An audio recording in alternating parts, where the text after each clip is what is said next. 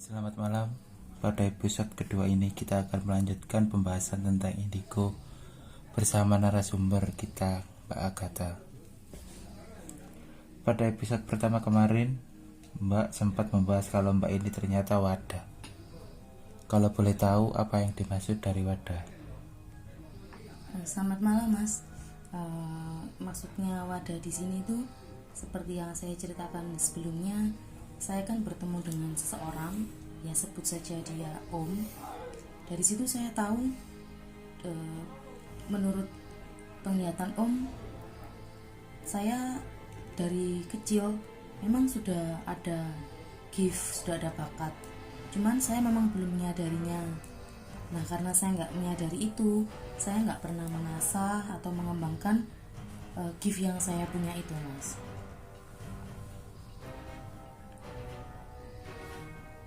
Kalau begitu, wadah berarti indigo yang Mbak miliki itu merupakan keturunan.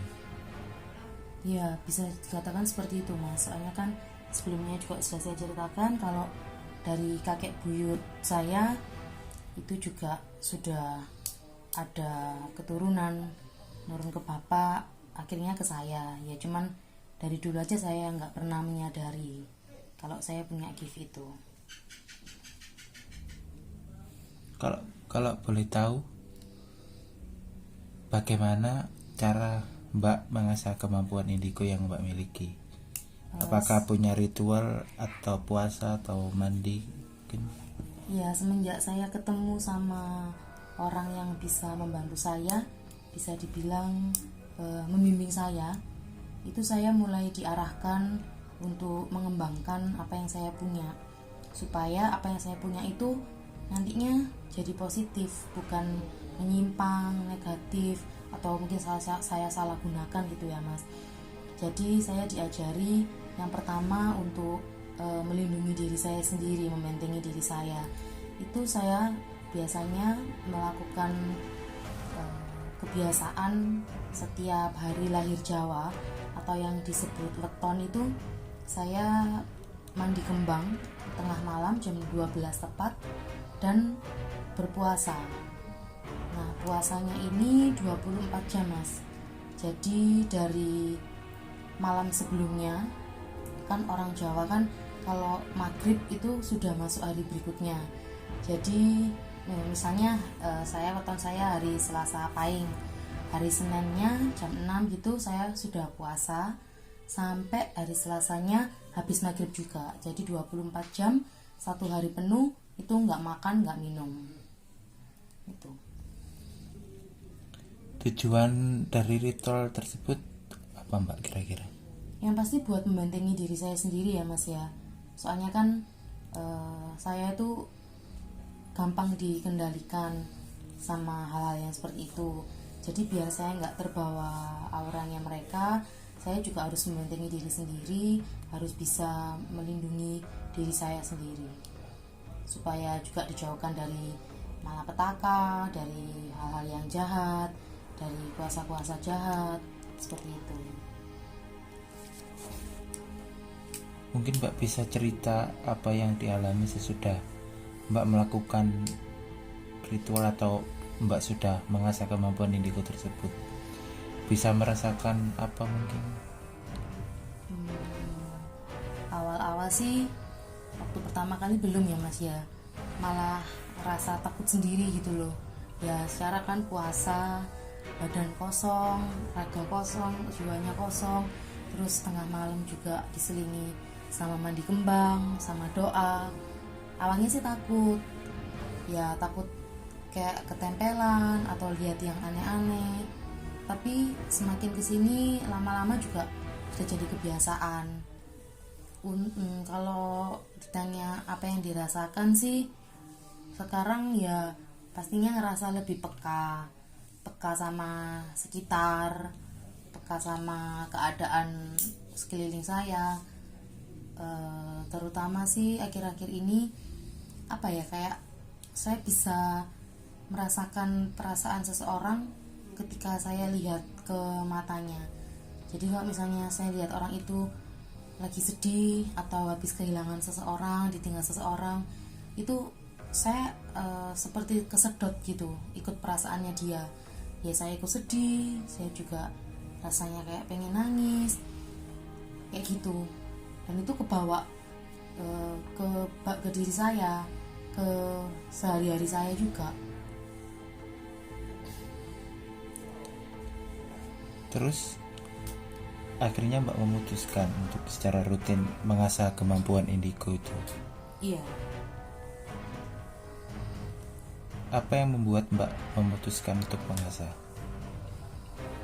Dari kecil kan keluarga saya kan kejawen ya Mas ya, jadi udah biasa sama hal-hal yang seperti ini.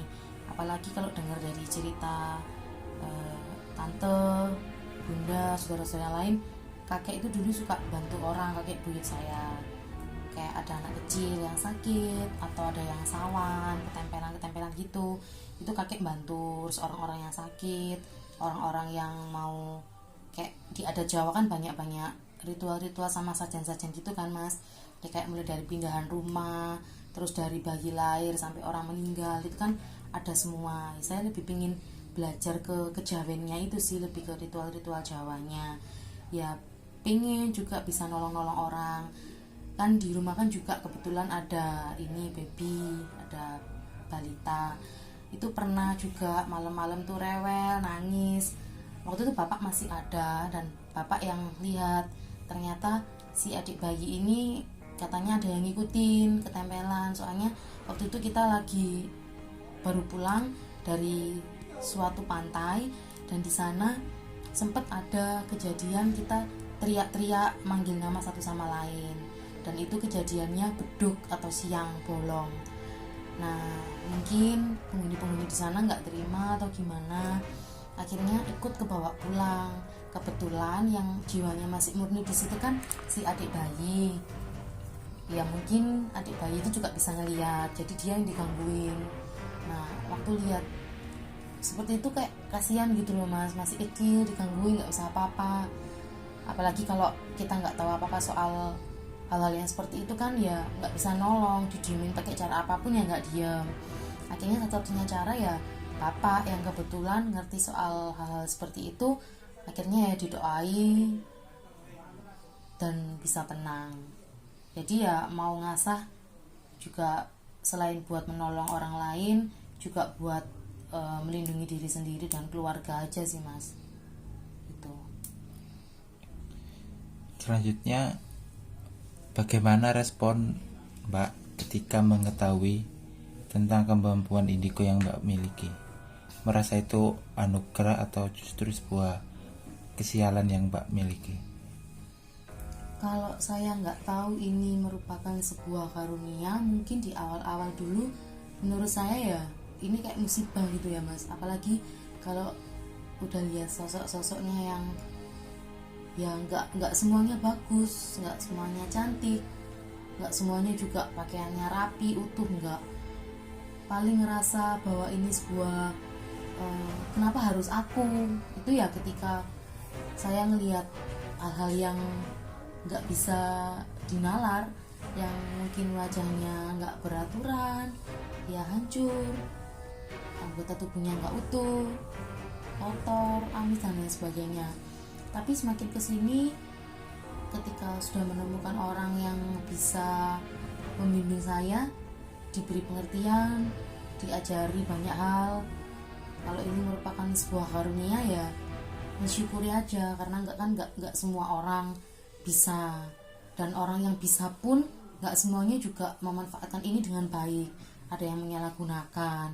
Nah mumpung saya dikasih kesempatan, saya ada orang yang mau mengarahkan saya, ya saya manfaatkan supaya saya juga nggak seperti orang-orang yang menyalahgunakan kemampuan yang diberikan Tuhan itu. Kembali lagi ke pertama kali Mbak merasakan makhluk halus itu, Mbak hanya bisa merasakan kedatangan mereka atau langsung bisa melihat dengan kasat mata keberadaan mereka? Kalau yang kejadian awal itu ya yang kejadian orang tua itu ya Mas ya, itu langsung bener-bener ngeliat sosoknya. Dan itu nggak cuma saya, adik saya juga kan. Terus kejadian yang kedua, ketika saya lihat Candyman atau permen bungkus itu juga kelihatan bener-bener wujudnya. Cuma setelah itu saya udah nggak terlalu sering sih lihat sosoknya langsung. Ya mungkin cuman kayak perubahan hawa, tiba-tiba panas, tiba-tiba dingin, terus kayak ada yang megang badan, ada yang nyolek, ada yang manggil, ada yang lempar dari atas, cuma sekedar itu sih. Selama kelamaan ya mungkin sedikit jelas ada bayangan, kadang mulai jelas itu sosok, kadang kayak tiba-tiba nyeplos aja gitu. Misalnya ada sama-sama ada orang yang tahu, terus kita sama-sama lihat, saya nyeplos ini orangnya seperti ini ya, cowok atau seperti ini, dan orang itu juga mengiyakan tuh. Berarti Mbak hampir bisa merasakan semuanya, bisa melihat semuanya. Ya hampir sih, kan tergantung dari merekanya juga mas. Ya, kalau mereka mau menampakkan diri ke kita ya, walaupun kita nggak punya gift juga kita bisa lihat mereka. Atau kalau kita memaksakan diri buat melihat mereka tapi merekanya nggak mau menampakkan diri, ya sia-sia.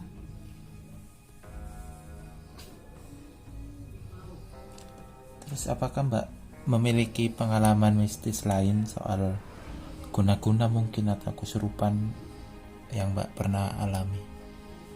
Kalau kesurupan sih nggak pernah. Terus biasanya orang-orang juga pernah tindian, saya nggak pernah. Nah ini kalau yang guna-guna ini malah saya yang pernah. Waktu itu kejadiannya udah lama, sekitar tahun 2013an. Waktu itu saya kuliah di salah satu perguruan tinggi di kota besar. Waktu kuliah ada yang namanya unit kegiatan mahasiswa, dan saya di situ ikut tari tradisional. Nah di UKM tari itu kita nggak cuma sekedar diajari nari, tapi juga diajari untuk menjiwai peran. Apalagi kalau kita mau pentas, mau tampil, itu kita seperti pemasukan roh. Jadi kita tuh kita disuruh kayak semedi, diam, dan kita dimasuki peran yang harus kita jalankan.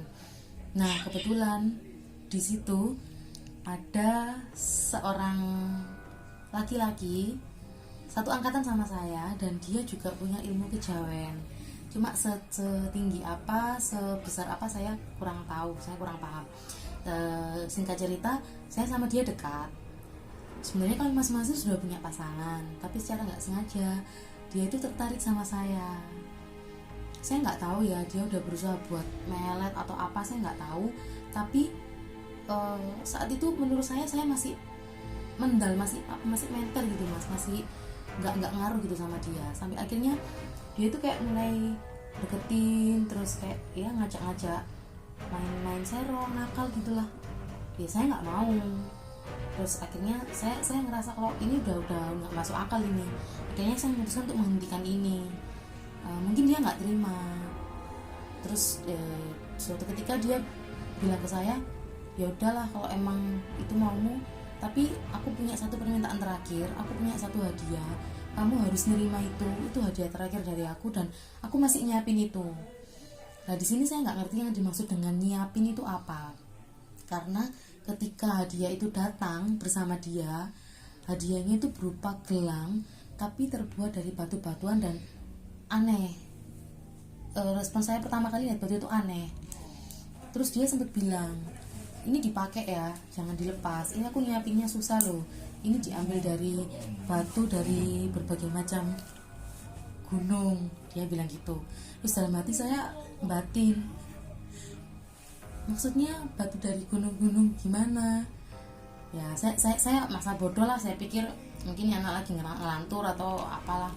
Waktu pulang saya pakai gelang itu, terus saya pertama nggak ngerasain apa-apa sampai hampir 1 bulan. Saya nggak ngerasain apa-apa. Saya ngerasa ya cuma saya tidur bangun itu. Ternyata ada kejadian, ini bunda saya sendiri yang cerita, keluarga saya yang cerita. Ternyata selama saya pakai gelang itu, saya tuh lebih sering mengurung diri di kamar. Terus sering uring-uringan, ngacak-ngacak rambut, terus bentur-benturin kepala di tembok, sampai hampir setiap malam bunda itu nangisin saya gitu. Terus setiap malam juga saya didoai, ditumpang tangan, segala macem. Sampai akhirnya bunda minta tolong ke temannya yang mengerti akan hal itu, dan ternyata ada sesuatu di gelang itu yang membuat saya seperti dibuat lupa akan semuanya dan dibuat seperti orang gila itu tadi.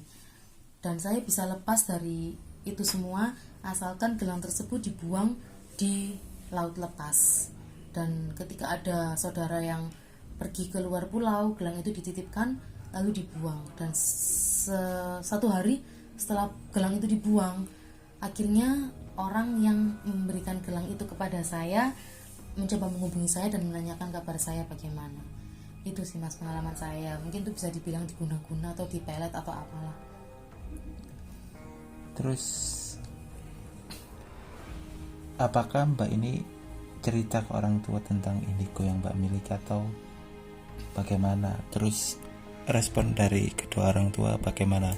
Menerima atau tidak? Ya pasti cerita mas. Kan kalau ada apa-apa kan orang tua juga pasti harus tahu lah, mereka berhak tahu. Ya waktu itu keadaannya waktu saya mulai menyadari gift ini kan kondisi bapak sudah sakit keras dan sudah susah untuk diajak bicara. Jadi saya bicaranya ke bunda.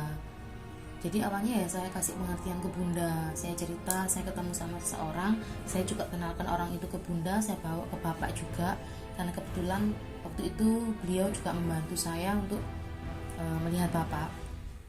Dan awalnya bunda ya berat, bunda seperti nggak bisa nerima gitu, karena bunda takut kalau saya salah jalan nanti bisa seperti bapak, sakit lama, sakit keras, nggak bisa apa-apa dan lain sebagainya.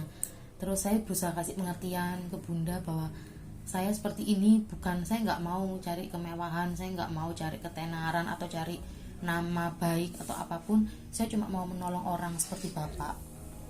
Itu aja sih mas. Dan akhirnya lambat laun pelan-pelan bunda juga udah mulai menerima, mulai bisa mengerti. Itu aja ya, yang penting bunda selalu pesan sama saya supaya saya tetap di jalan yang benar. Itu aja. Dan mungkin sepertinya cukup untuk episode kali ini. Ya. Terima kasih mbak telah menjadi narasumber saya. Sama-sama mas. Kita akan bertemu lagi di episode selanjutnya dengan narasumber yang berbeda dan mungkin cerita-cerita yang lebih menyeramkan atau pengalaman-pengalaman yang lebih ekstrim mengenai indigo.